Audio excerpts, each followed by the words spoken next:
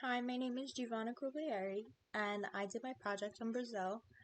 Pedro Braga, my cultural representative, is a first generation individual. So, this means he's the first generation to be born in the United States from parents who had migrated from Brazil. His parents migrated to the US to find better opportunities not only for themselves, but for future generations to come within their bloodline. And also, since moving to the US, Pedro states that his parents love the US as it has opened a door of opportunities to grow their family financially and educationally.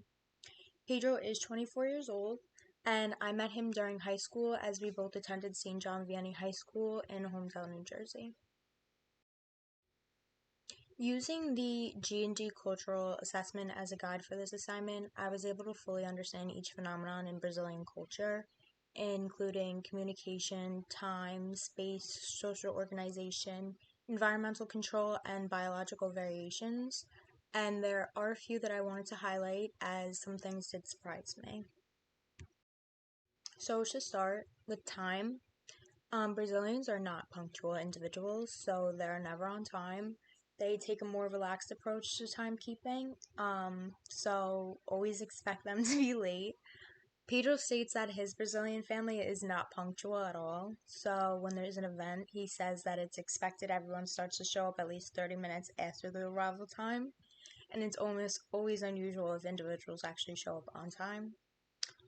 He says that being that he is first generation, he's adopted the habit of running on a calendar and scheduled timing, as here in the US, being on time is very important. Um, he suggested that Brazilians kind of look at being late as giving the host more time to prepare, whereas here in the US, if you were late to an event, it would kind of be looked at as impolite. So I thought that was kind of interesting, and it was a little surprising that they aren't ever on time. Regarding space, so Brazilians tend to stand very close to one another during a conversation, usually with family, friends, or acquaintances. Um, when greeting family, friends, and acquaintances, they'll give hugs, cheek kisses, handshakes. Although they are warm and affectionate and touchy, they also do value personal space when it comes to strangers. So it's important to be mindful of personal space and physical proximity. Pedro says when he greets his family, he'll give a hug, a kiss, or a handshake. So this agreed with the research I had found. They do tend to be very touchy. But he did mention when it comes to strangers, he doesn't like when they're physically close as it kind of makes him uncomfy. So this also agreed with giving Brazilians their personal space with physical proximity. Lastly, I wanted to highlight communication.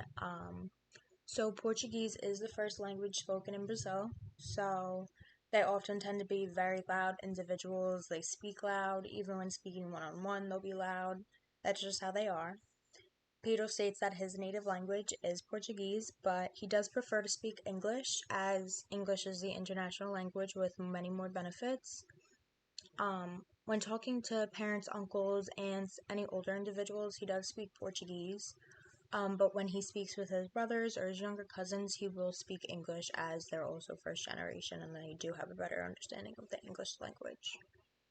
When it comes to communicating with doctors, Brazilians kind of have a different outlook on things. So, Brazilians typically only go to the doctor to treat illness rather than to prevent disease. So, this unfortunately is not good for preventive care. Pedro does take his health very, very seriously, he says, which he has learned to do from his parents' Brazilian culture and cultural ethics. But considering he's such a healthy individual, he says he only goes to the doctor if he's extremely sick, at most once a year, but this still isn't good for preventative care. Um, but it's common to see Brazilian culture only go to the doctor if they're very, very sick, not for preventative measures. So this was seen in research and from the cultural representative. So, the information provided by the cultural representative Pedro Braga about his background and cultural beliefs can have many implications for his health and healthcare access in the United States. So, to start, Pedro's preference for speaking English over Portuguese in everyday communication, um, and his ability to also speak Portuguese along with Spanish, could facilitate effective communication with healthcare providers in the US, which is a positive impact on his health. So that's a good thing. And on the other hand, Pedro's infrequent visits to the doctor are influenced by a cultural inclination to seek medical care only when extremely ill.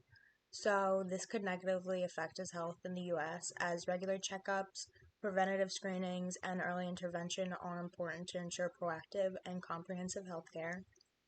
But overall, being aware of an individual's cultural background is crucial when working in the healthcare field.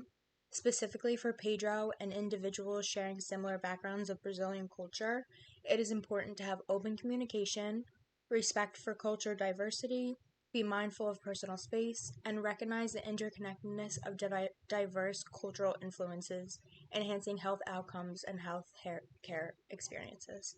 Thank you.